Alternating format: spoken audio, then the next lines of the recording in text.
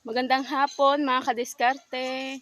So ipapakita ko lang po sa inyo yung lupa ng aking pagtatamnan, bago kong pagtatamnan. Kasi yung space dun sa aming bakuran ay aking napunuan na ng halamang mga gulay-gulay. Ito po ngayon ang itsura ng aking bagong pagtatamnang lupa. Bale, masukal pa po siya. Pero nalinis-linisan namin ng kaunti at na tapungan na din yung pwedeng sunugin. So, madami-dami pang gagawin namin dito. So, bale, itong lupang ito ay hindi po sa amin. Ito ay pahiram lamang. Sabi ng may-ari ay tamnan po muna namin para malinis-linisan at hindi pa mahayan ng ahas. Ganyan po yan kasukal nung hindi pa namin nalilinisan ng kaunti. So, bale, ito ay hagipan ng lupang aming pagtatamnan, pero hindi na po muna namin yan lilinisan. Pagtatamnan po namin ito ng kalabasa at saka pechay, kasi ito yun lang pong halaman na angkop dito, kasi kung mapapansin nyo, mapuno, makanlong.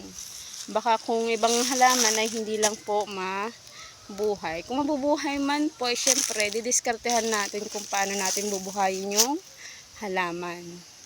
Mga kadiskarte, ito yung aking munting tahanan. So, andito yung aking unang gardenan. So, kung mapapansin mo, nasa harapan lang po namin yung aking garden.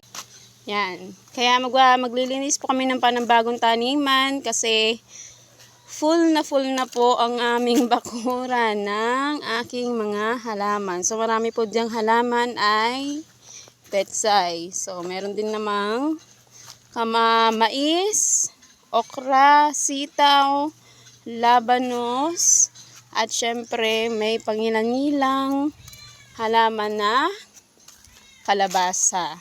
So, diba? Kung nakikita nyo, punong-puno na yan.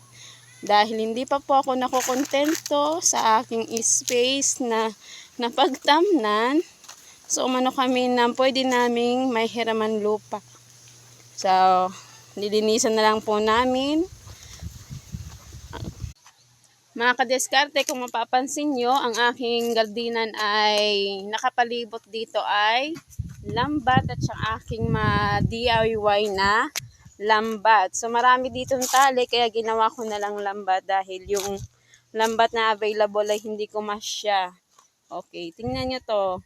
Gawa ko lang ito sa kamay gamit yung mga taling nandito sa bahay na.